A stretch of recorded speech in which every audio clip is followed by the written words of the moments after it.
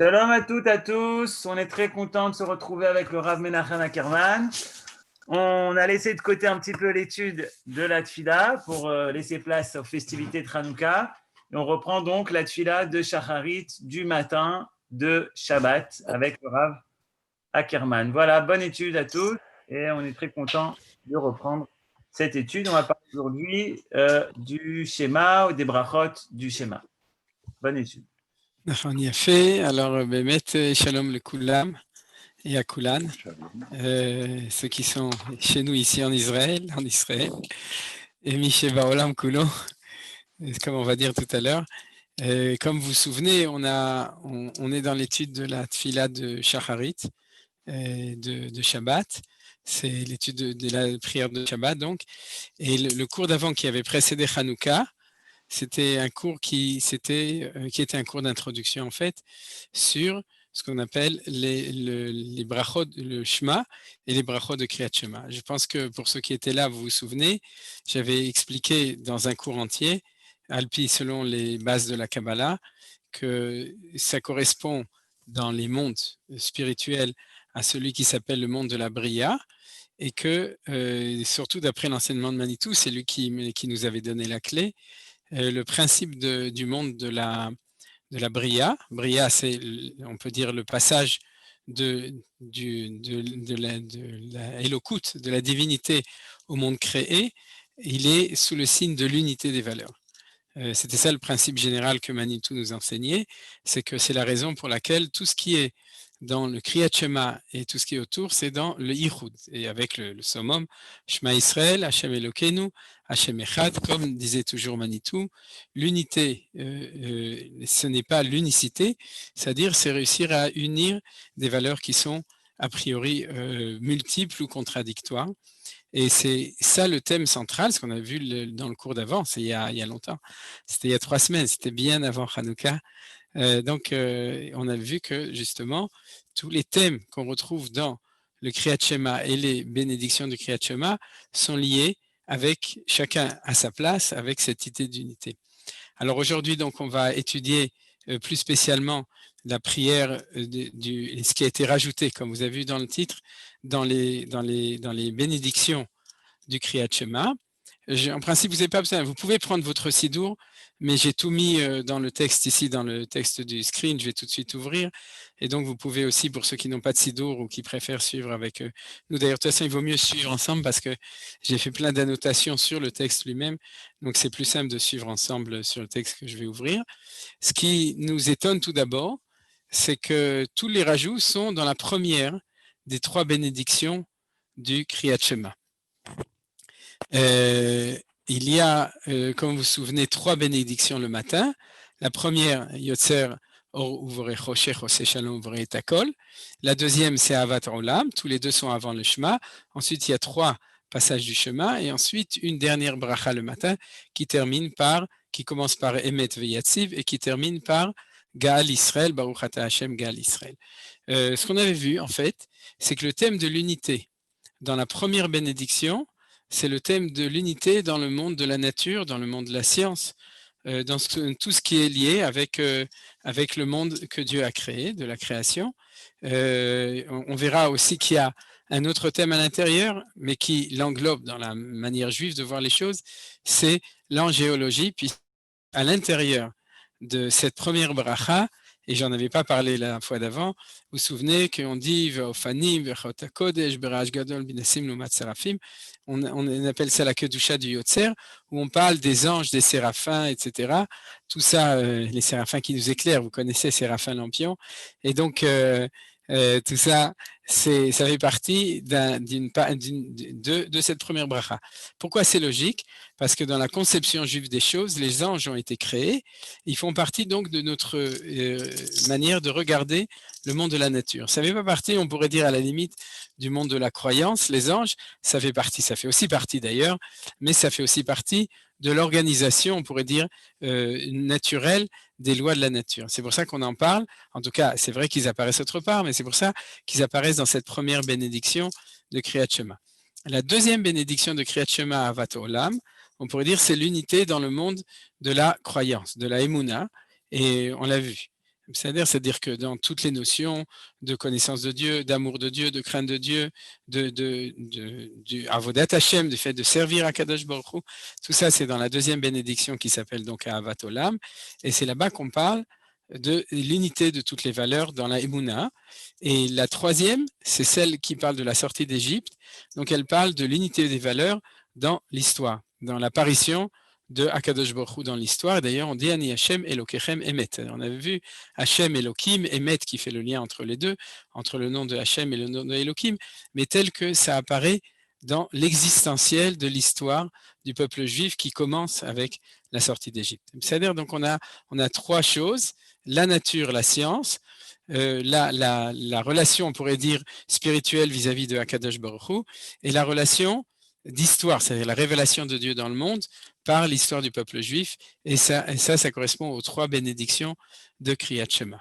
Alors maintenant, justement, l'étonnement un petit peu, c'est pourquoi est-ce que tout ce qui a été rajouté dans les bénédictions sont dans la première bénédiction de Kriyat Shema. Vous voyez pas, ni dans la deuxième, ni dans la troisième, il n'y a pas de rajout, je n'ai pas trouvé non plus de traces, je n'ai pas tellement cherché de choses qui ont été rajoutées, des piyutim anciens, ni dans Avat Olam, ni dans Emet Veyatziv, mais en tout cas, on sait que on a quatre textes centrales, l'un après l'autre, qui vont être rajoutés dans la première bracha de Kriyat Shema.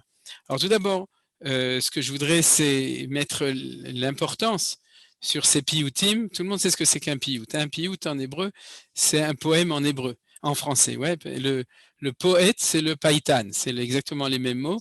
Comme je vous avais dit, celui qui a toute une galerie de poésie, c'est ce qu'on appelle la galerie Lafayette, parce que c'est de faire de la poésie à l'hébraïque. Alors donc, l'importance de cette poésie, de ces piyutim qui sont là, tout d'abord, c'est que justement le Ben Ishraï, par exemple, rappelle ce qui est marqué dans les livres de la Kabbalah, c'est que c'est dans ces chants-là que nous exprimons la Tosefet Kedusha, le rajout de sainteté du Shabbat, ce qu'on appelle Tosefet Shabbat, le fait que dans Shabbat, on a quelque chose de plus au niveau de la Bria, c'est-à-dire dans cette partie de la prière qui est la Bria, c'est ça qui a été exprimé quand les Chachamim ont rajouté tous ces beaux piyutim.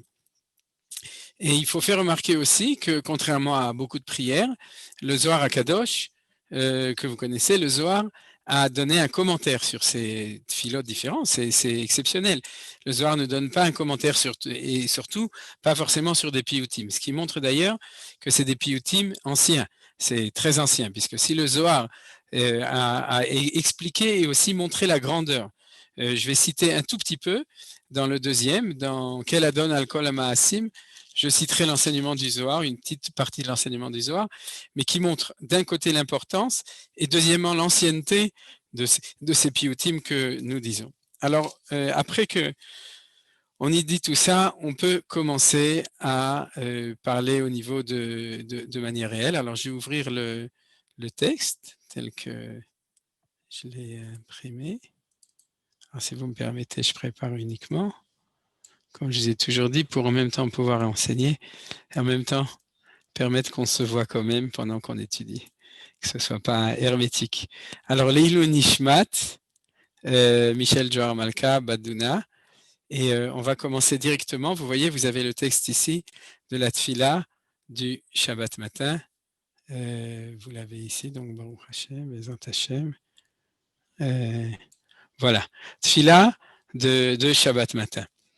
Alors, tout d'abord, comme je vous ai dit, on va passer en vitesse sur les textes et on va voir qu'il y a quatre parties, quatre textes différents qu'on va étudier l'un après l'autre, qui vont d'ailleurs nous amener quatre thèmes différents dans ces piyutim du Shabbat matin.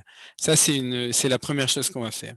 Mais tout d'abord, je voudrais introduire ce qu'on va voir dans le texte, la réponse à la question que j'ai posée. Pourquoi est-ce que les Chachamim ont fait tous les rajouts, quatre thèmes différents, mais ils sont tous dans la première bracha et pas dans la deuxième bracha et pas dans la troisième bracha ni dans la troisième bracha de Kriyat Shema. Tout se trouve dans la première bracha.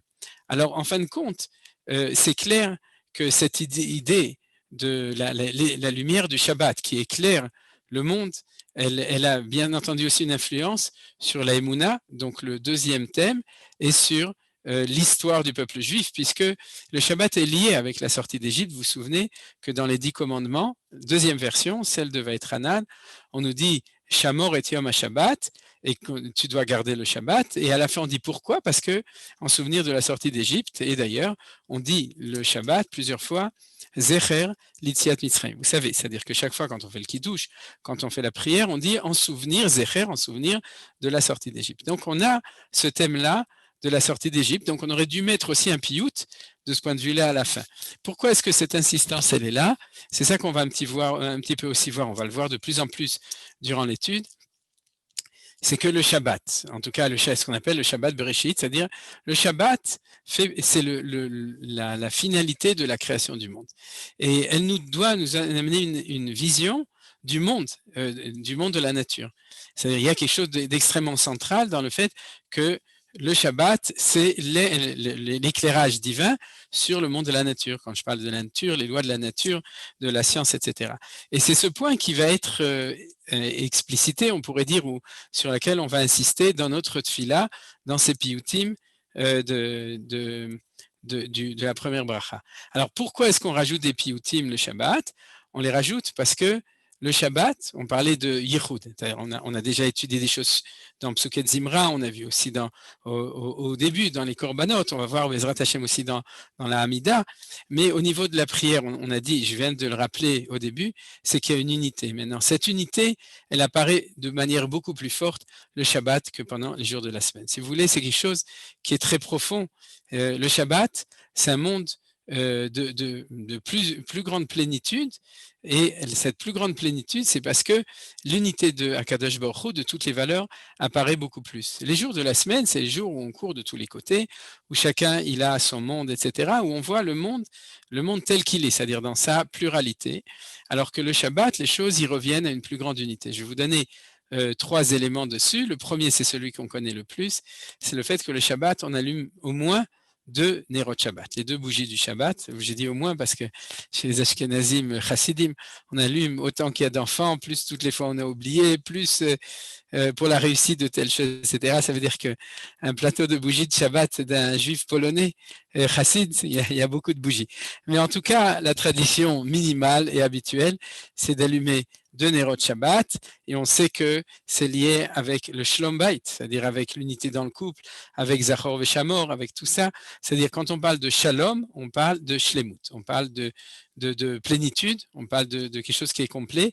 Et en fait, allumer 2 ensemble, ça veut dire faire l'union entre les 2, c'est unifier les choses. Alors, ça veut dire que Shabbat, on est plus dans la plénitude, donc on est plus dans la Shlemut, donc on est plus dans l'unité des choses. Et c'est pour ça que dans la prière, on va insister ici sur cette unification des valeurs. Le deuxième exemple que je veux donner, c'est les sacrifices de Shabbat. Ça, on en parlera quand on étudiera Moussaf. Vous savez que tous les jours, il y a un petit mouton le matin et un petit mouton le soir à l'après-midi. Keves Echad Baboker, Keves Echad Ben Arbaim, c'est le Meshoui du Bet Amikdash. Et le Shabbat, on rajoute encore 2 kvasim, mais on les amène ensemble. Shne Kevasim Ben Eshana Temimim.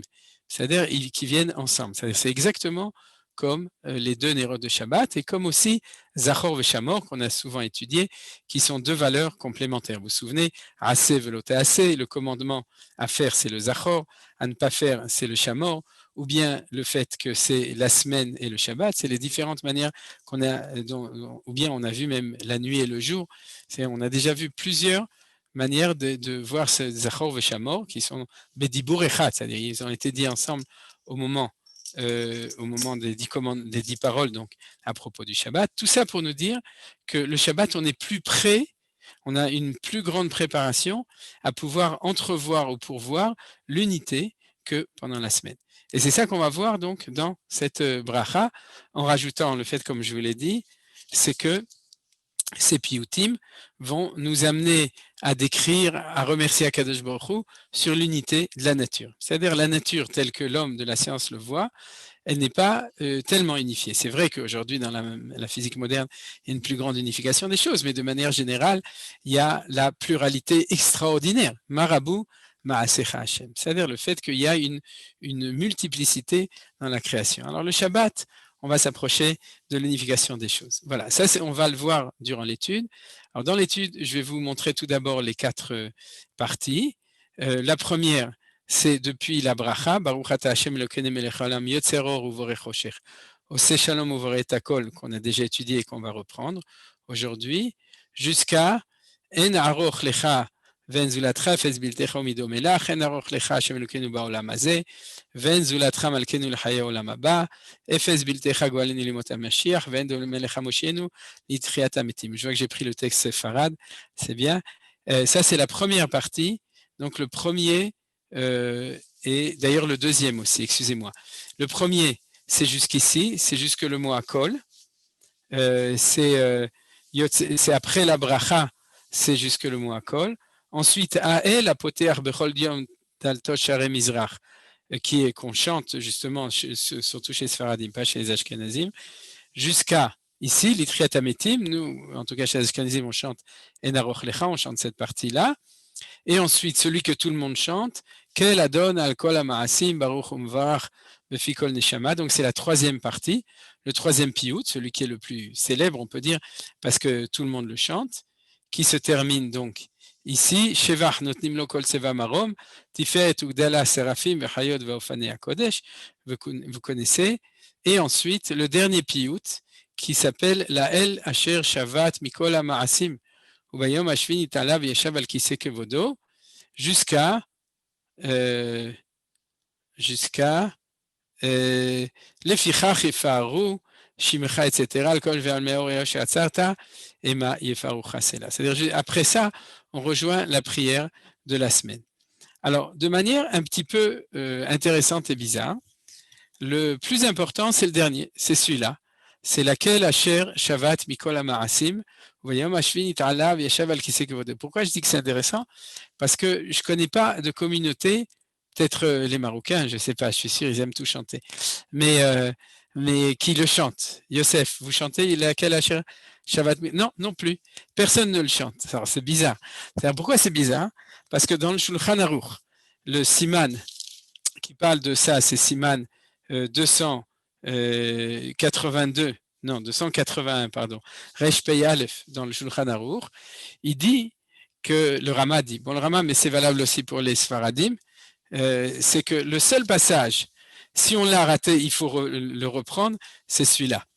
Laquelle Asher Shabbat Mikol HaMa'asim. Donc c'est le plus important. C'est l'apothéose. Et bien que ce soit l'apothéose le plus important, on ne chante pas. Alors c'est pour ça que je vous propose, maintenant qu'on a déjà fait une nouvelle strophe dans Maosu, alors on n'a qu'à aussi inventer un nouveau chant, un nouvel air pour laquelle Asher Shabbat Mikol HaMa'asim, puisque d'après la Cha, c'est le passage qui est le seul qui est, d'après tout le monde, incontournable. C'est-à-dire, si on l'a oublié, il faut le redire. Donc, vous comprenez que c'est le plus important. C'est ça l'expression réelle de son importance. D'ailleurs, on le verra.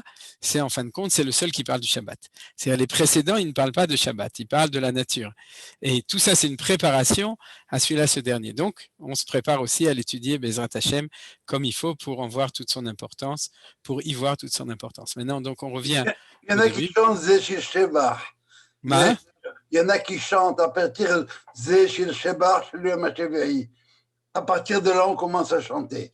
Ah, ils chantent. Il y en a certains, seulement à partir de là, Zeshil Shebach, etc. Ils bon? Oui, oui, oui. Ben, moi, tu me rassures, ça prouve qu'il y a quand même des juifs qui savent chanter ce qu'il faut. Hazak ou Baruch, donc Besader. Mais alors vous avez compris. Alors on va commencer depuis le début. Et le début, c'est la première bracha. On l'a déjà étudié. Celui qui crée la lumière et qui a formé la lumière et créé l'obscurité.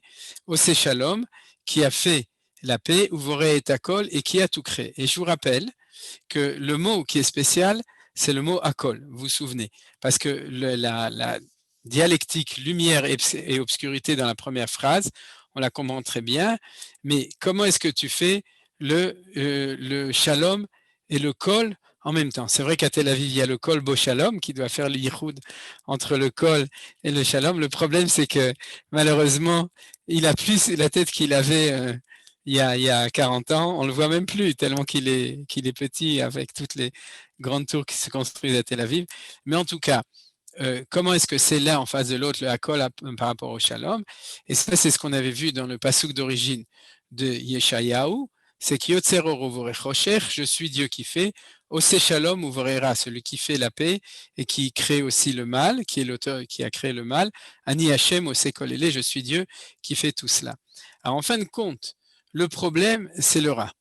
Bien entendu, parce que le Ra, pourquoi est-ce que les Chachamim ont utilisé comme euphémisme pour ne pas dire le mot Ra, parce que c'est pas bien de dire le mot Ra, alors ils ont préféré dire Hakol. Pourquoi? Parce que quand tout est en harmonie, Shalom, quand tout est explosé et qu'il n'y a pas d'unité des choses, il n'y a pas d'harmonie des choses, à ce moment-là, c'est là qu'apparaît le mal, de manière générale. C'est-à-dire, alors c'est pour ça que quand on dit kol, c'est mettre l'idée du kolbo, c'est-à-dire que tout dans une espèce de multiplicité non organisée et non harmonieuse, et c'est pour ça que le mot kol vient en parallèle et en contre, vis-à-vis, elle vient vis-à-vis du mot shalom. Vous avez compris, hein?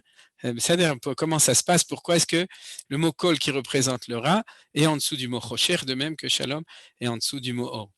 Alors, qu'est-ce qui est intéressant?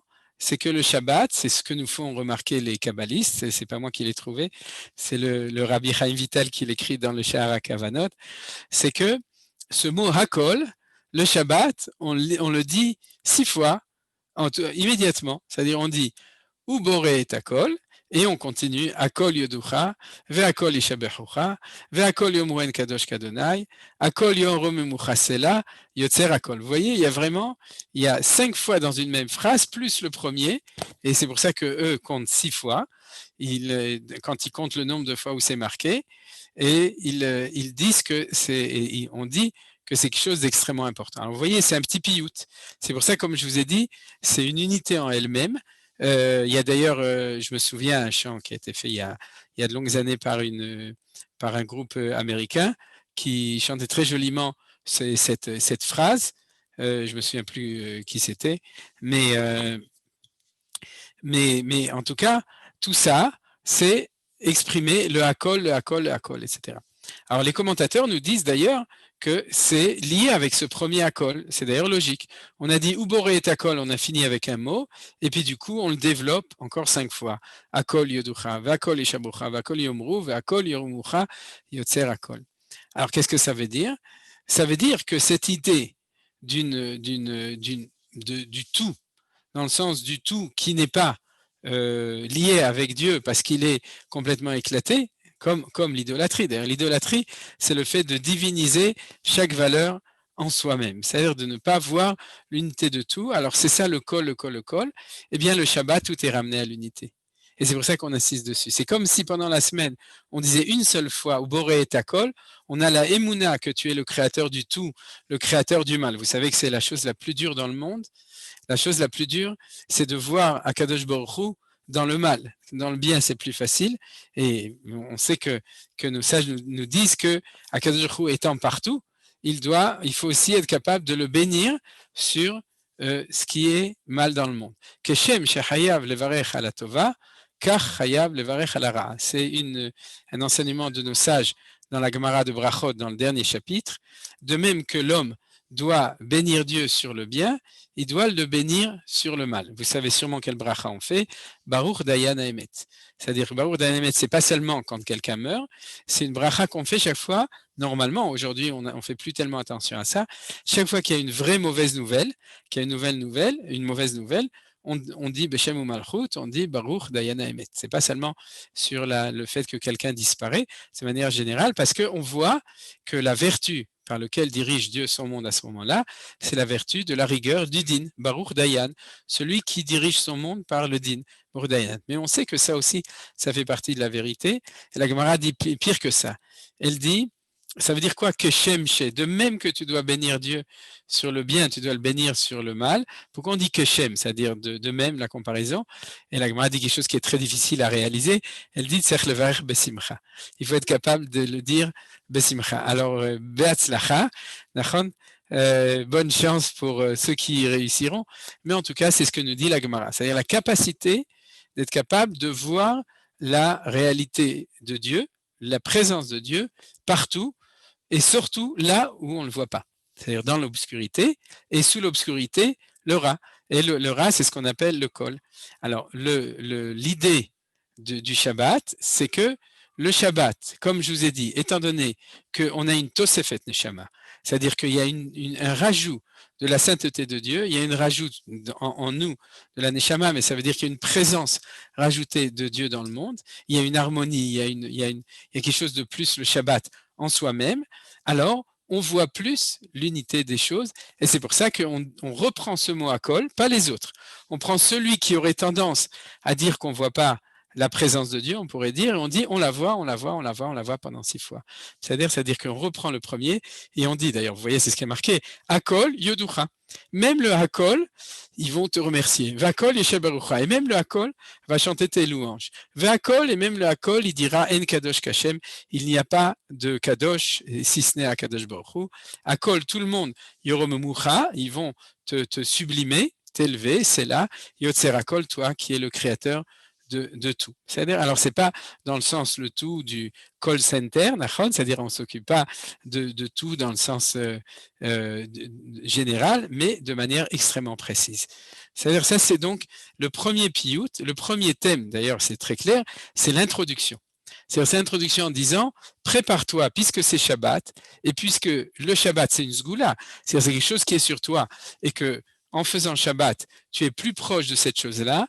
Alors donc, dans le monde des brachot de Kriyat Shema, tu dois te préparer à être capable, plus que pendant la semaine, d'avoir cette vision unificatrice de la présence de Dieu qui unit tout, même l'obscurité et la lumière, le bien et le mal, et qui fait apparaître la présence de Dieu partout, de Hachem Echad, y compris dans le Hakol ou y compris dans le Ra. C'est-à-dire, voilà, ça c'était la première étude qu'on a fait aujourd'hui. Si vous avez des questions, vous êtes invités à les faire. Sinon, on passe au deuxième piyut. C'est le premier piyut, vous voyez, il n'est pas très long. C'est une phrase en tout et pour tout. C'est comme si on étendait la fin de la bracha, le Shabbat. La bracha reçoit une plus grande dimension, le Shabbat, que pendant la semaine. Vous avez des questions? Non? Alors, s'il n'y a pas de questions, non? Sinon, vous pouvez les garder pour la fin, il n'y a pas de problème. Alors, on continue. C'est-à-dire d'accord. Alors, on va passer, si vous avez une question et que vous voulez l'exprimer, même si je continue, vous pouvez m'obliger à retourner en arrière. Alors, on va passer à la suite du texte. Mais c'est ce que je voulais aussi signaler, ça c'est au niveau de la halacha, c'est que le Ben Ishraï qui donnait sa halacha en connaissant ces choses, c'est-à-dire en se basant sur la Kabbalah, vous savez que c'est tout à fait spécifique au Ben Ishraï. Le Bet Yosef, qui était contemporain du Harizal et de Rabbi Yosef Karo, n'introduit pratiquement jamais la Kabbalah dans les considérations de halacha, et chez les Ashkenazim encore moins, chez les Chassidim un petit peu, et le Ben Ishraï complètement. C'est-à-dire que le Ben Ishraï, c'est un posek halacha, le Rav Mordechai Eliyahu à sa suite, c'est-à-dire le Rav Mordechai Eliyahu, il est un successeur, il est on peut dire dans la halacha, le successeur du Ben Ishraï. Et ce qu'ils ont de spécial, c'est qu'ils ne pouvaient pas, on pourrait dire, ne pas introduire les considérations de Kabbalah à l'intérieur de la halacha. Alors, vous savez que c'est un sujet extrêmement important de savoir est-ce qu'on peut, est-ce qu'on doit, est-ce qu'on est lié, soumis à ça, etc. Mais disons qu'en tout cas, pour le Ben Ishraï, un des exemples qui donne de ça, c'est qu'on a vu dans le Rama que le seul texte incontournable, c'était la El Asher Shabbat, et que le Ben Ishraï dit non, si tu as oublié ça, tu reprends même les derniers mots Uvorei et Hakol dans la bracha, et depuis là, y compris tout ça, parce que si tu savais combien c'est important, tu t'imaginerais quand même pas ne pas pouvoir le dire. Alors, je voudrais pas vous dire ça pour que vous sentiez obligé de le faire. De toute façon, à mon avis, ça vous arrive jamais de l'oublier, mais en tout cas, uniquement pour signaler une lecture des choses qui prend en compte cette grandeur du texte. Alors, on passe au deuxième texte. Et dans le deuxième texte, il y a un point intéressant. C'est quoi? C'est que vous voyez, j'ai mis en gris un passage au milieu. Il y a tout d'abord 3 lignes. A-El, Apoteach, Bechol Yom, Daltot, Sha'arei Mizrach. Et vous avez remarqué que le nom El, c'est le nom qui commence les 3 piyutim à partir de là. Celui-là, ensuite El Adon al Kol Ma'asim, et ensuite laquelle Asher Shavat Mikol Ma'asim. C'est-à-dire que ce nom-là, c'est le nom qui, et je l'ai mis en or, c'est le nom qui ouvre dans les 3 piyutim, donc c'est ces piyutim qui sont rajoutés. Alors, ce que j'ai mis en gris, vous voyez, il y a 3 lignes qui sont sur fond blanc. Ensuite, il y a un texte en gris et il y a ensuite 5 lignes qui sont sur fond blanc. Pourquoi j'ai fait comme ça? Parce que le texte qui est en gris, c'est le texte que l'on dit tous les jours de la semaine. La vérité, même moi, je n'avais pas remarqué qu'en fait, le texte qu'on lit la semaine, Ameir, la Rev, la Darim, la Brahamim, etc., tout ce texte, c'est ce qu'on dit immédiatement après la Bracha, et après, on passe directement à ce qu'on dit tous les jours de la semaine, c'est-à-dire Tidbarech, la Netzar Tsurenu, etc. C'est-à-dire, on revient au texte habituel. Alors, le texte de la semaine est incrusté à l'intérieur de ce piyut-là, vous avez remarqué, d'accord, avec quelques lignes avant et quelques lignes après, 5 lignes après et 3 lignes avant dans le piyut lui-même. Alors, on va étudier aussi ce phénomène intéressant du fait que on dit le Shabbat un peu plus. C'est comme ce qu'on vient de voir à propos de Hakol. C'est-à-dire, on prend un thème qui existe pendant la semaine, mais qui est surdéveloppé, qui est développé beaucoup plus en grand pendant le Shabbat. Alors, prenons-le depuis le début. Donc, le début, c'est les 3 phrases qui sont spécifiques au Shabbat. Et ensuite, une fois qu'on arrivera à ceux de la semaine, on fera cette comparaison intéressante entre les deux. Ha'el apoteach bechol yom da'altot sha'arei mizrach uvokea halonei rakia motzi hama mimekoma ulevana mimechon shifta. Alors, on va d'abord étudier ces 2 lignes qui sont l'ouverture de ce piyut, comme nous l'avons dit.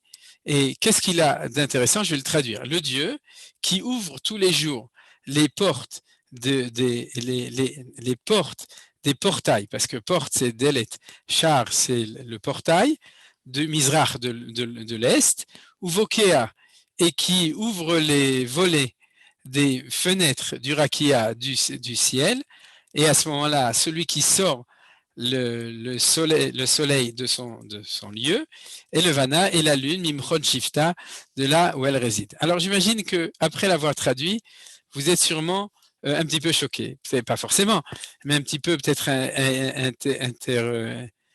interpellé. Pourquoi? Parce qu'une lecture primaire de ce texte nous donnerait une tendance à dire qu'on a devant nous une poésie qui décrit le système géocentrique de l'astrologie, avec le fait que la Terre est au centre et avec cet astre qui tourne tout autour. Et non seulement qui tourne, mais en plus, c'est que la Lune et le Soleil et la Lune, ils ne font pas un tour complet. C'est-à-dire que tous les matins, pendant la nuit, ils se reposent, c'est-à-dire ou bien ils font un tour, peut-être, je ne sais pas exactement, il y a des systèmes qui disaient qu'ils retournaient par le haut, c'est-à-dire pas en dessous de la Terre, mais une fois qu'ils s'étaient le coucher du soleil, ils rentraient dans le Rové Arakia, c'est-à-dire à l'intérieur de l'atmosphère, ils retournaient en arrière par le haut et ils ressortaient le matin. Bon, vous connaissez peut-être toutes ces choses-là, les descriptions de Ptolémée du système solaire, et parce que ici, qu'est-ce qu'on voit? On voit a priori que Akadosh Baruch Hu, le soleil, il est à sa place, et le matin, Akadosh Baruch Hu lui dit, lève-toi soleil, et va faire ton demi-cycle 180 degrés de l'est à l'ouest, et puis le Levana, la lune, la même chose, Mirechon Shifta, de l'endroit où elle est installée, Shifta, elle est assise, et lui dit, allez, vas-y, va te promener, et pour ça, il faut bien ouvrir les portes et les fenêtres pour que les astres y puissent se promener. D'accord? Vous comprenez? Ça, c'est la lecture primaire des choses. Et de ce point de vue-là, un lecteur moderne se demanderait si c'est toujours actuel de chanter ces chansons, parce que ça décrit quelque chose qui, aujourd'hui, nous savons, depuis Copernic, en gros, Nachon, et Galilée, et Kepler, etc., nous savons que le système solaire ne se comporte pas de cette manière, plus que le système solaire. Le système, le cosmos de manière générale, parce que dans le système ancien, même les étoiles, elles étaient sur une espèce de fond, le firmament, qui tournait autour de la Terre. Vous connaissez peut-être toutes ces choses-là, et en tout cas, ici, c'est pas du tout comme ça. Aujourd'hui, on considère pas du tout les choses comme ça. Alors, comment est-ce qu'on va lire ce piyut selon la lecture actualisée, c'est-à-dire selon notre connaissance des choses? Qu'est-ce qui nous intéresse dedans? Alors, tout d'abord, il faut savoir qu'a priori, quand on le lit, on est un petit peu bloqué par une conception physique, c'est-à-dire par la conception telle qu'on l'a appris à l'école, etc., qui est justement une conception dans laquelle la Terre n'est pas au centre de l'univers. Vous êtes d'accord?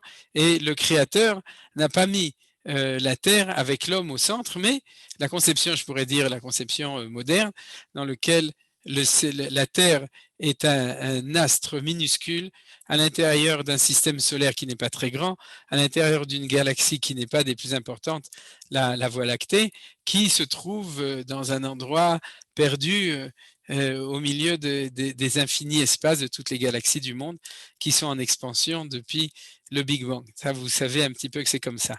Donc, souvent d'ailleurs dans les livres, dans les livres qui sont écrits par des gens qui ne croient pas ni dans la Torah, ni dans la création, ni dans Akadosh Baruch Hu, avec un côté souriant, sarcastique, qui dit, vous imaginez, comme le célèbre l'histoire de Voltaire avec les souris qui se trouvent dans les caves du palais, vous imaginez que la Terre, que le système solaire, etc., est quelque chose d'important alors qu'elle se trouve par hasard, bien entendu, n'importe où.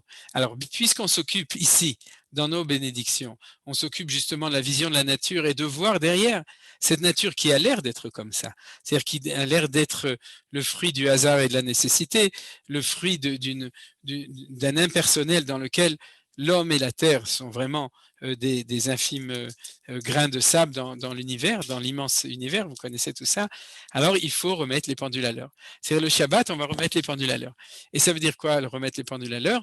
Avoir une autre lecture des choses. Alors, dans l'autre lecture des choses, c'est que le monde n'a pas changé de la description qui est marquée dans la création du monde. Bien que nous savons qu'au niveau d'une lecture scientifique, les choses sont comme je les ai décrites maintenant. Au niveau du Ratson à Eloki, de la volonté de Dieu, il a quand même tout créé pour l'homme qui se trouve sur la terre et pour le peuple juif qui se trouve à l'intérieur du genre humain. C'est-à-dire que vraiment, tout tourne autour de nous. C'est-à-dire que tout tourne parce qu'Akadosh Baruch Hu fait tourner tout autour de nous. Au niveau même de la pensée scientifique, vous savez que depuis les théories de la relativité, etc., il n'y a pas aussi facilement l'idée d'un point central. C'est vrai que je ne vais pas rentrer dans ces considérations, le point d'expansion de l'univers, etc., il y a peut-être malgré tout, il y a sûrement un point comme ça, mais ça ne veut pas dire qu'il est le point le plus important de l'univers. C'est-à-dire le fait de dire que le Soleil tourne autour de la Terre ou que la Terre tourne autour du Soleil, les deux ne sont pas exacts. D'après, même depuis les lois de Kepler, les deux tournent en étant les deux points d'une ellipse. Donc, il n'y a pas non plus une idée claire du fait que la Terre tourne autour du Soleil, comme voulait le dire Galilée. Mais je ne suis pas du tout pour rentrer dans ces discussions au niveau physique. Ce que je voulais seulement dire, et qui est important, c'est que le Shabbat, c'est le moment de se rendre compte que le monde tourne autour de la sainteté. Et si le monde tourne autour de la Kedusha, elle tourne autour du Beth Hamikdash, qui est le Shahar HaShamayim, et du peuple juif, et de Jérusalem, et de la terre d'Eretz Israël, et de la sainteté, et de la présence de Dieu dans le monde. Et cette présence de Dieu dans le monde, elle donne comme point central de l'univers l'homme, la terre, le Ham Israël et la terre d'Eretz Israël, le Beth Hamikdash, etc. Donc, on est quand même dans une lecture des choses qui est différente, où, par définition absolument, Akadosh Baruch Hu a créé tous les astres, a créé le ciel, le soleil, a créé la lune, a créé les étoiles, pour donner un ordre au monde de l'homme et à l'histoire de l'humanité. C'est-à-dire c'est une lecture différente.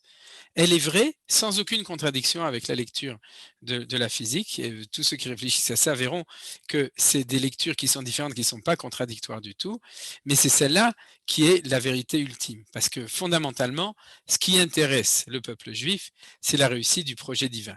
C'est la centralité du peuple juif, la centralité de la présence de Dieu dans le monde et la centralité du processus d'histoire qui amène du Olam Hazé au Olam Haba. C'est ça qui est important. Donc, c'est par là qu'on va lire cette première bracha. La première bracha qui nous parle du monde de la nature, de ce monde-là. Et quelle que soit la manière de le lire, C'est-à-dire que ce soit les manières antiques comme celles des Grecs de Ptolémée ou les manières modernes de la physique moderne, de tout ça, de la cosmologie moderne, quelle que soit la manière, cette manière de lire qui est la manière croyante et hébraïque, elle est différente de la manière naturelle, c'est-à-dire de la loi naturelle. Comme chaque chose, il y a le monde de la nature tel qu'il est et puis le monde qui est vu et où on sait qu'il y a quelque chose qui est au-delà de la nature. Comment ça se traduit au niveau de l'Aïmouna? Par une phrase qu'on dit tous les jours. Mechadesh betuvo bechol yom tamid ou betuvo mechadesh bechol yom tamid ma'aseh bereshit. Ça veut dire quoi? Ça veut dire qu'à chaque instant, tous les jours, je traduis tous les jours, s'il y a marqué, ensuite tamid, tamid c'est de manière permanente, le ma'aseh bereshit, le monde de la création qui a été créé, Akadosh Baruch Hu, il le renouvelle dans sa bonté tous les jours. Cette phrase est une phrase révolutionnaire. Ceux qui l'ont portée à l'extrême, c'est-à-dire qui l'ont exprimée et qui ont adopté cette vision de manière absolue, c'est la chassidoute. C'est la chassidoute parce que dans la chassidoute, on considère qu'il n'y a pas de permanence des lois de la nature. C'est-à-dire qu'ils prennent cette phrase complètement au pied de la lettre au niveau de leur manière d'expliquer le monde. Ils disent qu'à chaque instant, Akadosh Baruch Hu recrée, c'est par exemple dans le Tanya, l'Admor Azaken l'exprime dans le Tanya, à chaque instant, Akadosh Baruch Hu recrée le monde et que le fait qu'on a l'impression qu'il y a une permanence de la nature, c'est une illusion. Alors vous vous souvenez des films qu'on regardait au cinéma, vous vous souvenez? Le cinéma Paradisio, ça vous dit quelque chose? Peut-être, non? Et on avait sur l'écran, on avait une impression de permanence du film qui se développait. Mais en fait, les gens qui étaient un petit peu intelligents savaient qu'il y avait 24 photos par seconde, vous vous souvenez? C'est-à-dire qu'il y avait le film qui tournait et il y avait 24 photos par seconde. Et c'est comme ça qu'on avait l'impression que le film continuait de manière permanente. Alors ça, c'est ce que dit le Admor Azaken dans le Tanya. Je ne crois pas qu'il avait vu des films au cinéma Paradisio. Le Admor Azaken, il était trop vieux pour ça. Mais en tout cas, ce qu'il dit, c'est que la permanence des lois de la nature est une illusion du fait que Mechadesh bechol yom tamid ma'aseh bereshit, c'est-à-dire que la création est recréée instantanément à chaque moment. Et donc, c'est un petit peu ce qu'on est appelé à voir quand on fait cette bracha. C'est-à-dire quand on prie tous les matins, on doit se souvenir que derrière les lois immuables de la nature, les lois qui ne changent pas, le fait que le soleil se lèvera tous les matins et que le cycle solaire sera chaque année de 364 jours, un quart et des poussières ou moins des poussières, etc., etc., toutes ces choses-là ne sont qu'illusions, en tout cas d'après la chassidoute, ne sont qu'illusions parce que la présence de Dieu est permanente derrière. Alors je ferai quand même comme remarque que dans le monde de la pensée juive, il y a des systèmes de pensée qui ne sont pas tout à fait d'accord avec la chassidoute. C'est-à-dire qu'ils voient une plus grande force dans l'immuabilité des lois de la nature. C'est-à-dire que les lois de la nature sont immuables de manière réelle. Je ne rentrerai pas dans des considérations de physique moderne, mais vous savez que toutes ces choses-là au niveau de la physique quantique, etc., sont en questionnement aujourd'hui. C'est-à-dire que même aujourd'hui, ce genre de questions au niveau de la physique sont remis en question. C'est-à-dire cette présence permanente, immuable, etc., de tout ça, on sait que ça fait partie de ce qu'on appelle la vision macro, c'est-à-dire la vision générale des choses, mais quand on rentre à l'intérieur des choses, c'est plus du tout sûr que ça se passe de cette manière-là. Donc peut-être qu'on va rencontrer le Admor Azaken dans la physique quantique. C'est ce qu'on appellera le quantique des quantiques. Et c'est pas moi qui l'ai inventé, mais en tout cas, c'est clair que c'est comme ça. Donc ça, c'est une chose. Mais je préfère utiliser l'image de la chassidoute pour nous permettre de mieux comprendre les choses. Un juif qui voit la nature, il doit voir Akadosh Baruch Hu derrière la nature. Et il peut voir Akadosh Baruch Hu derrière la nature par le fait que la nature n'aura jamais une autonomie absolue d'existence, ce qu'on appelle le mouvement immuable ou les lois absolues de la nature. Il n'y en a pas. Il y a Akadosh Baruch Hu qui est derrière, et même si on n'est pas chassid, on sait qu'à n'importe quel moment, s'il décide d'arrêter le soleil, Shemesh Begivon Dom, à Givon, de décider qu'il doit s'arrêter, ou s'il décide d'interrompre n'importe quelle loi de la nature, il est maître de la nature, Melech HaOlam, et il est capable de le faire. Mais c'est dur à voir. C'est dur à voir parce que Dieu est caché derrière les lois de la nature. Et c'est ça le principe du monde du Shabbat de Dieu. Vous vous souvenez, ça c'est l'enseignement de Manitou, c'est que Dieu s'est caché volontairement derrière les lois de la nature, et c'est ce qu'on appelle son Shabbat à lui. Et notre Shabbat à nous, c'est pour ouvrir les écrans. C'est pour, en fin de compte, nous permettre de reconnaître que derrière cette nature qui a l'air d'être autonome et de cacher une présence possible de Dieu, Akadosh Baruch Hu se trouve derrière. Alors Dieu, dans son Shabbat, il nous a fait un écran pour nous permettre de vivre dans un monde naturel, d'un monde où on a notre liberté, notre possibilité d'être metaken olam, de faire le monde, la asot, asher bara Elohim la asot, mais le jour du Shabbat, on arrête de faire pour au contraire témoigner que derrière cet écran, qui est celui des lois de la nature, se trouve de manière permanente le nom de Dieu, Shem Havaya, se trouve à Kadosh Baruch Hu. Et c'est ça notre Shabbat à nous. C'est ce qu'on appelle le témoignage de la création du monde. Vous savez que quand on lit Vayechoulu, Vayechoulu, c'est donc le texte du Shabbat, de la création du monde, c'est-à-dire, les Lubavitch disent Vayechoululu, c'est-à-dire parce que c'est des loulous. Et donc, quand on lit Vayechoulu le vendredi soir, que ce soit pendant la prière ou que ce soit pendant le Kiddush, on se met debout. Pourquoi? Parce que c'est un témoignage. Quand on témoigne de quelque chose, on doit être debout. On doit se mettre debout. Les témoins doivent être debout. Et c'est pour ça que quand on lit Vayechoulu dans la prière du vendredi soir et quand on le lit dans le Kiddush, on se tient debout. Et qu'est-ce qu'on témoigne? On témoigne que derrière la nature impersonnelle, il y a un créateur personnel, Akadosh Baruch Hu, qui a créé ce monde et qui dirige ce monde et qui le renouvelle à chaque instant. C'est ça qu'on dit maintenant. Et puisque le Shabbat, on est dans ce temps de témoignage, on est plus proche de cette ouverture de l'écran.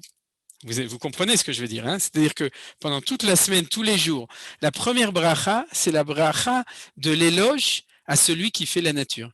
Celui qui fait la nature, c'est Dieu. C'est pas du tout une ode à la nature comme feraient d'autres religions. C'est-à-dire qu'il se lèverait le matin, verrait le lever du soleil et se prosternerait devant le soleil. Nous, on se prosterne devant le Dieu qui a fait les lois de la nature, mais qui est, comment ça s'appelle, providence, permanence, Ashgacha, permanente sur la nature. C'est celui qui est au-delà de la nature, méta-naturel, c'est-à-dire, et qui est la providence permanente des choses. Alors, on le dit tous les jours en disant « Ume vetuvo » dans son bien, « Mechadesh b'choliom tamid ma'aseh bereshit ». Puisque je l'ai lu, je vais insister sur ce mot « Ume vetuvo » qui est marqué là. Parce que la nature n'est pas bonne. La nature, elle est naturelle. Et s'il y a un Covid, ou bien s'il y a un séisme, ou s'il y a un raz-de-marée, ça fait partie de la nature. La nature, elle fait ce qu'elle fait. Elle est aveugle, elle est impersonnelle, et elle n'est pas bonne en soi-même. Elle peut faire du bien, et elle peut faire aussi des choses qui sont cruelles ou qui sont beaucoup moins bien. Si on voit Dieu, on voit que le monde qui a été créé par Dieu de nature est basé sur une volonté de bien. Et c'est ce qui est marqué. Uve tuvo. C'est-à-dire, vous savez que Hachem a décidé de créer le monde parce qu'il a décidé de faire du bien à quelqu'un d'autre que lui. Vous connaissez cette phrase, Ratsa le'etiv lezulato. Il voulait faire du bien. Et tout ce qui est dans le monde, même ce qui a l'air d'être impersonnel, donc sans volonté en tout cas de faire du bien, mais il marche parce qu'il marche, on affirme par le fait que Dieu le renouvelle tous les jours, qu'il y a le bien qui se trouve derrière. C'est ça l'affirmation essentielle de cette phrase. Alors, une fois qu'on l'a expliqué, on va revenir à au développement de ça. Parce qu'en fait, ici, au début, on a un développement. C'est quoi? C'est que c'est pas que, comme dans le système de Ptolémée, il y a une porte qui s'ouvre automatiquement tous les matins, et puis à ce moment-là, le soleil qui était assis là, il commence son mouvement. La vérité, ça ne nous intéresse absolument pas de se confronter avec les différents systèmes. Ce qui est important, c'est à El Apothéar. C'est le fait que c'est Akadosh Baruch Hu qui, lui, ouvre tous les jours les portes de l'Ouest. C'est-à-dire c'est lui qui, tous les jours, redonne redonne le mouvement. Un mouvement qu'on croirait un mouvement indépendant, le mouvement des étoiles, le mouvement du soleil, un mouvement autonome, par les lois justement de les lois comment ça s'appelle, j'ai oublié déjà, les lois de la gravitation universelle. Voilà, par les lois de la gravitation universelle qui fait que ça tourne tout seul. Ça, c'est ce que nous, on a appris à l'école ou à l'université, pour ceux qui ont avancé un petit peu plus dedans. On a appris des choses qui sont très graves, c'est la gravitation universelle. C'est-à-dire, et ce qu'on affirme tous les jours, c'est que derrière cela, il y a une volonté divine qui ouvre la porte et qui lui dit avance. C'est-à-dire, et qui ouvre, et qui est Bokeh Chalonei Rakia, qui ouvre les volets dans les fenêtres du ciel. De même qu'il ouvre des portes, il ouvre des fenêtres aussi, et qui sort le soleil et la lune. C'est-à-dire, il y a ici une volonté qui fait marcher le système tout le temps. Et c'est ça qui est important. Alors, je vais analyser les 3 mots qu'il y a ici, si vous voulez bien. Je vois qu'il y a peu de chances qu'on finisse d'étudier même le deuxième texte aujourd'hui, mais c'est pas grave. On avance tout doucement, mais sûrement. On a déjà fait le premier piout, on est dans le deuxième. Vous voyez qu'il y a 3 mots ici, Poteah, Bokeh et Motzi. Alors, je vais vous les expliquer selon la Kabbalah. De nouveau, mais sans vous donner une référence précise des choses, c'est que dans la volonté de Dieu, il y a tout d'abord le fait que dans sa volonté infinie, il y a des choses d'influx qui sont par le fait qu'il ouvre des portes. C'est-à-dire, quand on dit qu'il ouvre des portes, c'est-à-dire que l'influx qui est donné passe sans pratiquement aucune altération. Vous êtes d'accord? Quand je passe par une porte, je reste la même personne. C'est-à-dire, ouvrir une porte, c'est permettre de passer d'un univers à l'autre. C'est-à-dire de manière complète. C'est le rôle des portes, puisque les murs empêchent de passer, et le pétard, c'est-à-dire où le délet, c'est ce qui permet de passer d'un endroit à l'autre. Alors, le premier stade de l'action de Akadosh Baruch Hu dans le monde pour permettre à la nature, c'est le fait qu'il donne des influx qui passent par des portes, donc qui changent de monde, mais où il n'y a pas forcément d'altération. Le deuxième, c'est Bokeh Chalonei Rakia. Quand on parle d'une fenêtre, on ne parle pas de la fenêtre moderne, parce que chez nous, nos fenêtres à nous, c'est des fenêtres qui s'ouvrent, mais en fait, du coup, c'est des portes. Ça permet même de sauter par la fenêtre. Mais donc, ça correspond. La fenêtre habituelle dans le temps, c'est des fenêtres qui avaient comme spécificité du fait qu'ils étaient transparentes, contrairement aux murs, puisqu'ils étaient faits de verre. Mais promenez-vous dans les anciennes maisons, vous verrez, dans les anciens châteaux, etc. Souvent, les fenêtres, on ne les ouvrait pas. On ouvrait la porte, mais les fenêtres, c'était uniquement la possibilité d'amener la lumière qui était à l'extérieur ou bien de voir ce qui se passe à l'extérieur. Donc, la fenêtre, contrairement à la porte, a une autre fonction. La fenêtre, c'est la possibilité de passer avec transformation, puisque si la lumière passe à une fenêtre, elle passe par une matière transparente, donc elle réussit à transpasser, mais pas de manière absolue, puisqu'il y a obligatoirement altération par le fait qu'on est passé par un milieu hermétique entre les deux. Vous avez compris? C'est la différence, d'après nos sages dans l'enseignement, entre une porte et une fenêtre. C'est-à-dire, c'est ça qui est important de comprendre. Et la troisième motzi, c'est que quand on est dans un nouveau milieu, on déplace les choses. Donc, il y a 3 choses. Déplacement d'un endroit à l'autre sans altération, c'est Poteah. Déplacement d'un endroit à l'autre avec altération, c'est Bokeh.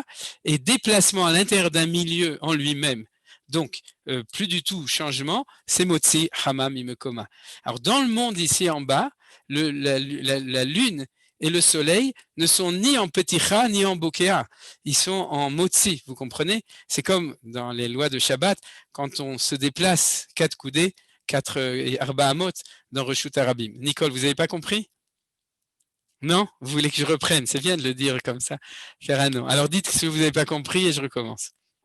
De toute façon, c'est ce qu'on étudie aujourd'hui. Alors, vous pouvez ouvrir le micro, c'est Besséder. Non, à moins que Johan ne vous permet pas. Non, ok, Besséder. Alors, j'explique les choses. C'est pas du tout de la physique, c'est de la métaphysique. C'est-à-dire, il y a entre l'infini de Dieu et nous, il y a le passage de différents mondes, d'un monde à l'autre. Alors, dans les mondes les plus supérieurs, c'est un passage sans altération. C'est-à-dire que on passe de l'un à l'autre, mais il y a une porte ouverte. Ensuite, ça devient de plus en plus difficile. Donc, il y a on pourrait dire, il y a une mechitza. Comment on dit en bon français une mechitza? J'ai oublié. Une séparation. Une séparation des choses. Mais la chance, c'est que la lumière passe par la séparation. C'est ce qu'on appelle un halon. Et à ce moment-là, il y a ce qu'on appelle bekia. C'est-à-dire, c'est pas une peticha, une ouverture. Une bekia, c'est une transparence. C'est-à-dire, tu passes par un milieu qui permet de le passer. Bekia. Et le troisième, c'est que quand on est dans un endroit précis, dans un monde, à ce moment-là, on a un déplacement. Dans le monde de la nature, on a des déplacements. C'est-à-dire, c'est ce qu'on appelle motzi.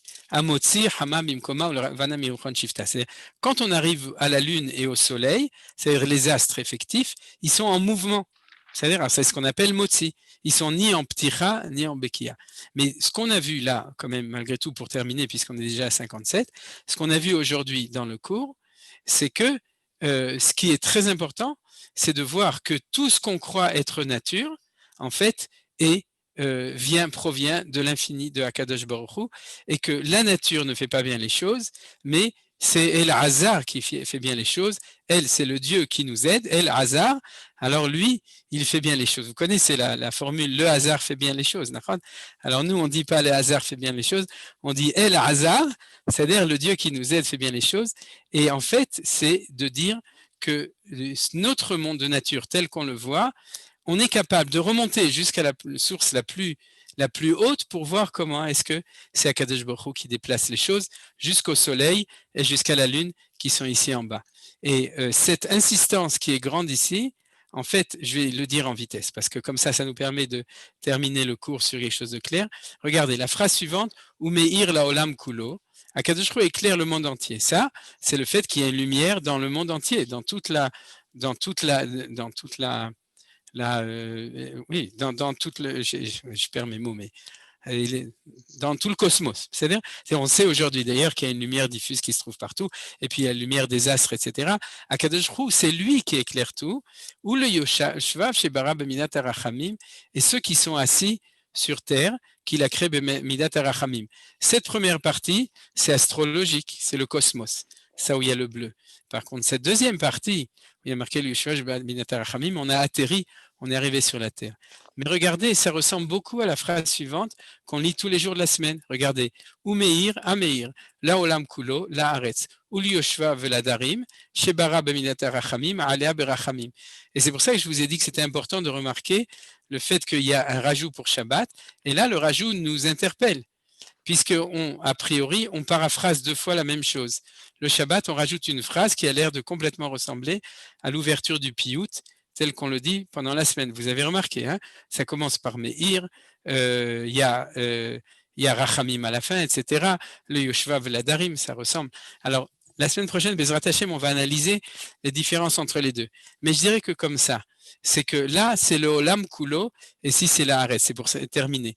C'est-à-dire que l'homme de la semaine, c'est l'homme qui tourne autour de son nombril. C'est-à-dire c'est l'homme qui tourne autour de son univers, et son univers, c'est la Terre. C'est vrai que les poètes ou les scientifiques lèvent les yeux pour regarder le ciel même pendant la semaine. Mais on pourrait dire que pendant la semaine, on est quand même beaucoup plus terre à terre. On est concentré sur notre terre et on commence les remerciements de Dieu sur le fait qu'il dirige le monde de la nature directement avec le fait qu'il éclaire notre terre. Il nous éclaire notre vie personnelle. Et Veladarim Alea, et ceux qui habitent dessus, donc c'est une définition tout à fait géocentrique de l'influence de Dieu sur le monde, Berachamim, ça on le voit, etc. Alors qu'est-ce qui se passe le Shabbat? Eh bien le Shabbat, on est plus libre, on a une plus grande neshama, on a un éclairage plus grand et on remonte à la source des choses. Vous avez compris? C'est-à-dire qu'est-ce qu'on a fait? C'est qu'on chante les choses depuis le début, depuis l'ouverture primaire de l'infini qui permet de descendre toutes ces lumières extraordinaires jusqu'à ce qu'on arrive en fin de compte, à notre bonne vieille terre et la Darim Alea, ceux qui habitent dessus, qui ont besoin de la photosynthèse, du soleil qui se lève tous les jours, etc., pour nous éclairer notre univers et notre vie personnelle ou notre vie collective d'êtres humains ou de Ham Israël sur notre terre, sur Eretz Israël. Mais ça, c'est la vision de la semaine. C'est-à-dire, c'est comme si pendant la semaine, on te disait, tu sais, t'as pas le temps de t'occuper de tout ça, commençons directement, on parle à l'homme, commençons directement les louanges de Dieu sur la lumière qui va nous éclairer ce matin quand on va sortir travailler. C'est-à-dire, c'est ça qui va nous intéresser. Mais le Shabbat, on a le temps, on a notre Neshama qui est plus grande, on a la Segula, la sainteté, la spécificité du Shabbat qui nous permet, et c'est ça la Avoda, de revenir à la source de la nature. Et la source de la nature, la source des sciences, la source de toutes ces lois immuables, c'est ce que je vous ai expliqué aujourd'hui, c'est Ribono Shel Olam, c'est Akadosh Baruch Hu.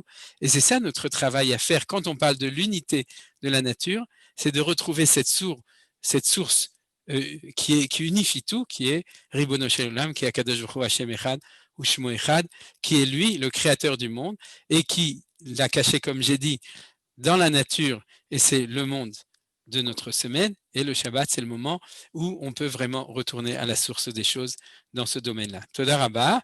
Alors, si vous avez des questions, comme d'habitude, vous êtes invités à les poser. Moi, ce que je vais faire, c'est que je vais arrêter le stream. Moi, j'ai une question, Rav Karman. D'accord. Shalom, par Shira. rapport, Shalom Ken, je voulais vous demander par rapport aux catastrophes naturelles, est-ce que c'est le libre arbitre de la nature ou c'est pour la volonté de Hachem? Je n'ai pas très bien compris cette vous n'avez pas très bien compris. C'est pas le libre arbitre de la nature. C'est la volonté de Akadosh Baruch Hu. Les tsunamis, les inondations, c'est par rapport à lui, d'accord. C'est toujours. Maintenant, juste ce que je veux dire, c'est que les gens qui le savent, que tout vient de Dieu, c'est-à-dire les juifs ou les religieux en général, ont tendance à dire qu'ils savent aussi pourquoi il a fait le tsunami, c'est-à-dire donner des interprétations. Et de ce point de vue-là, c'est là qu'il faut faire attention. Parce que si tu es dans les desseins du Seigneur, alors tu sais pourquoi il a fait le tsunami. Mais si tu ne sais pas, tu dois dire. C'est ce qui a marqué dans le Rambam, premier chapitre de Ilchot Ta'anit, ou le dernier, je crois que c'est le premier chapitre de Ilchot Ta'anit. C'est que quand il y a un malheur, il faut jeûner. Et pourquoi on doit jeûner? C'est parce qu'on doit reconnaître que tout ça, ce n'est pas du micré. Que ce n'est pas quelque chose qui est le fruit du hasard et de la nature, c'est le fruit de la volonté divine. Et il dit, celui qui ne le dit pas, Zederech Achzarit. C'est des mots qui sont très forts de Maïmonide. C'est une manière cruelle parce qu'en fin de compte, elle nous empêche, l'humanité, de retourner à Kadosh Baruch Hu. C'est-à-dire, et c'est pour ça qu'on doit le dire. Vous savez que dans le mot tsunami, il y a le mot tsumi. Tsumi, en hébreu, ça veut dire soumettre lève. C'est que Kadosh Baruch Hu, il s'occupe de nous. Alors c'est pour ça. Il n'y a pas de tsunami sans tsumi. Voilà, ça c'est la phrase qu'il faut dire. Mais je voudrais, si Shira, puisque vous le dites, je voudrais quand même rajouter un point parce que c'est quelque chose et j'imagine qui perturbe tout le monde en ce moment. Surtout qu'on a l'impression qu'Akadosh Baruch Hu, il rigole un peu de nous. C'est-à-dire au moment où on a trouvé un vaccin, il nous fait une mutation, comme pour nous dire, tu crois que tu vas réussir. Alors, je ne sais pas ce qui va se passer. Je suis ni médecin, ni futurologue, mais il y a quand même des choses bizarres qui se passent en ce moment. On est tous d'accord. Alors, je pense que notre rôle à nous, je parle, bien entendu, je ne sais pas si Rina se trouve là, je ne la vois pas pour l'instant, mais Rina Fermont qui a fait cette conférence extraordinaire. Mais bien entendu qu'on fait partie du monde, de la nature, et qu'on doit agir dans les systèmes naturels. Mais le rôle d'Israël, je pense que notre rôle d'Israël, c'est quand même de dire au monde entier qu'il y a un Dieu qui est derrière tout ça, et que s'il fait des choses comme tout, c'est qu'il appelle à la tchouva du monde. Alors, comment et qu'est-ce qu'on doit faire, etc. Je crois que c'est là où il faut trouver les mots. Il faut trouver les mots qui parlent aux non-juifs, il faut trouver les mots qui parlent aux juifs qui ne sont pas religieux, il faut trouver les mots qui parlent aux juifs religieux, parce qu'eux aussi, il faut trouver les mots pour lier ces choses avec quelque chose, plutôt que d'aller faire des manifestations à Balfour. C'est du Baltachrit, c'est le Balfour. Et c'est-à-dire de s'énerver contre n'importe quel bouc émissaire. Vous savez que dans tous les pays du monde, on fait des manifestations parce que les gens sont inquiets, les gens ne comprennent pas ce qui se passe. Il faut quand même, le rôle d'Israël, c'est de dire que tout vient de Akadosh Baruch Hu, y compris ces choses-là, vous comprenez? Et que si Akadosh Baruch Hu fait les choses, c'est qu'il faut se remettre en question. Et je pense que de ne pas donner des interprétations rapides et immédiates, de dire c'est parce que ils font pas la bracha après Birgat Amazon ou des choses comme ça, non. Ou bien parce qu'il y a trop de choses, etc. S'il y a des gens qui savent, qu'ils le disent. Mais ceux qui ne le savent pas, c'est-à-dire la plupart de nous, ça ne nous empêche pas et ça ne nous libère pas de l'obligation de rappeler constamment que c'est quelque chose de bizarre. C'est-à-dire, moi, je pense au fait que je suis né après-guerre, et dans les années 50.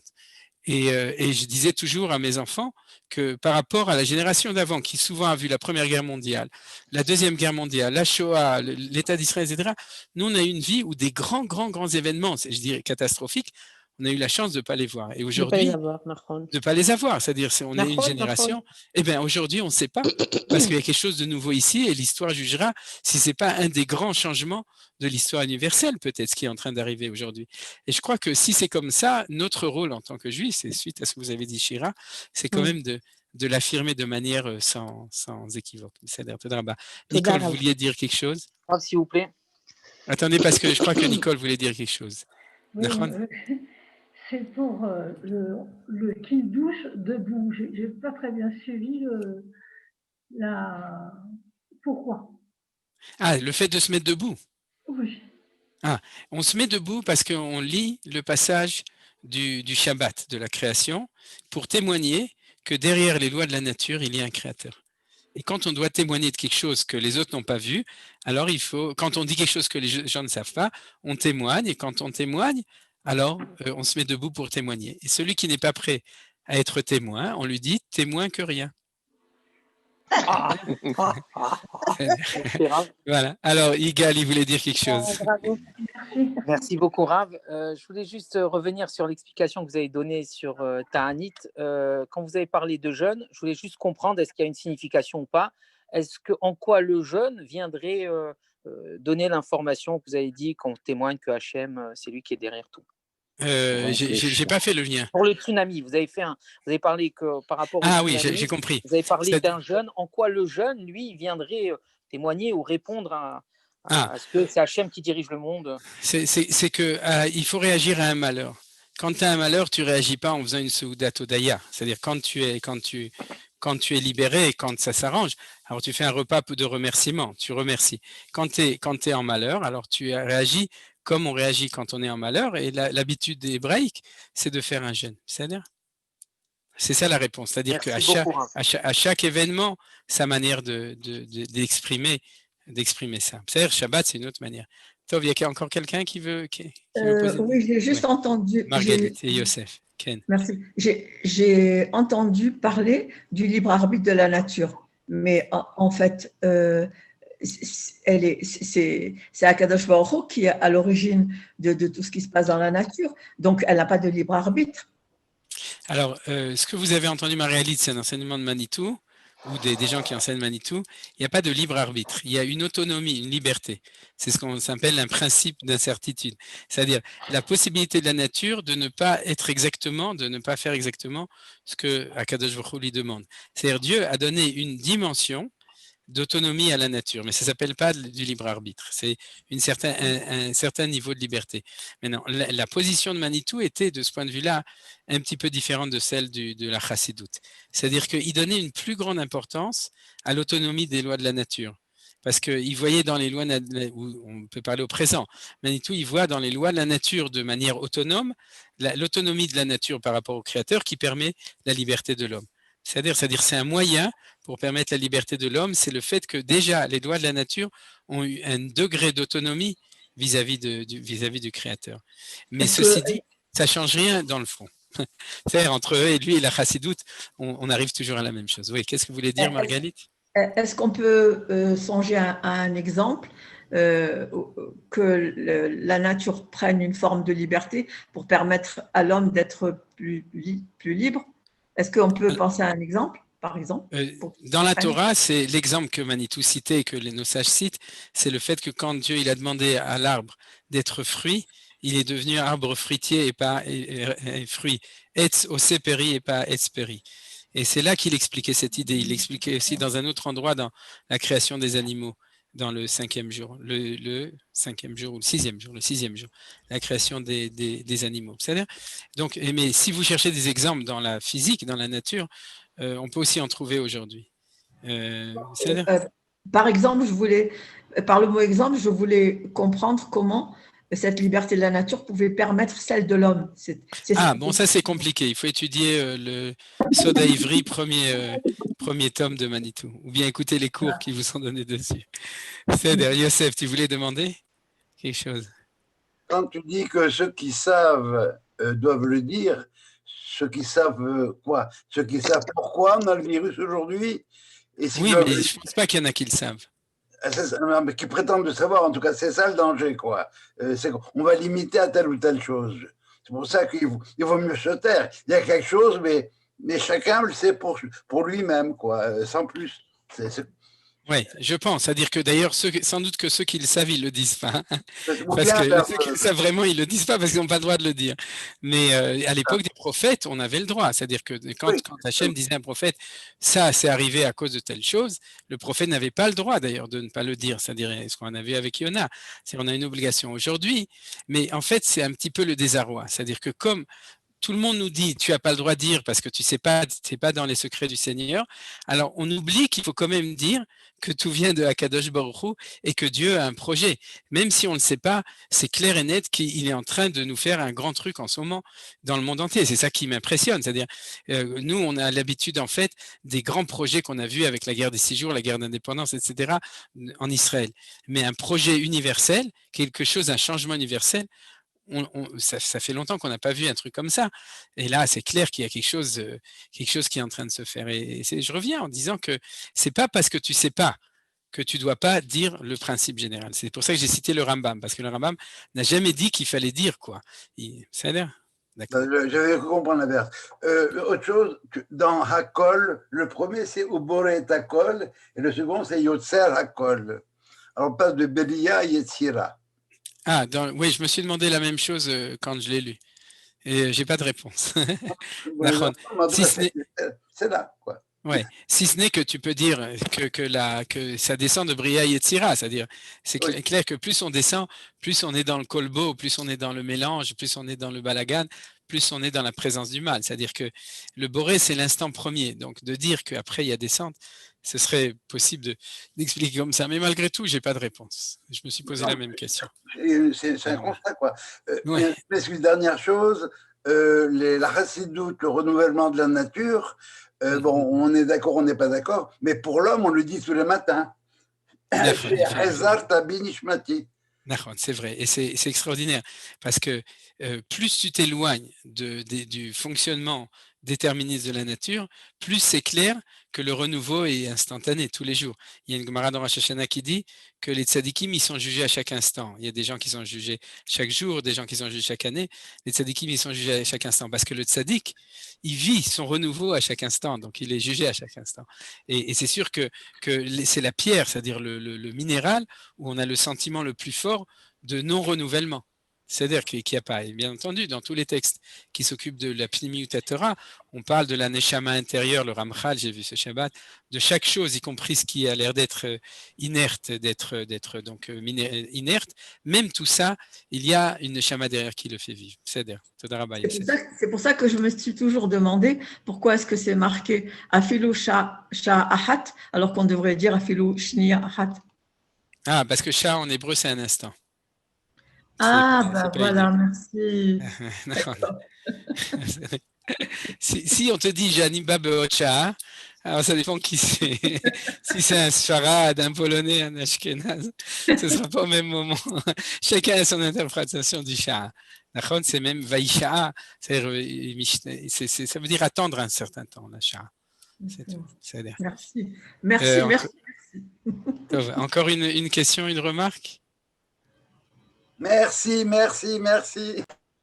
Alors, Bezrat Hashem, j'espère que ce n'est pas trop dur. Pour cet éclairage. Et on continuera la semaine prochaine. Bezrat Hashem, Toda.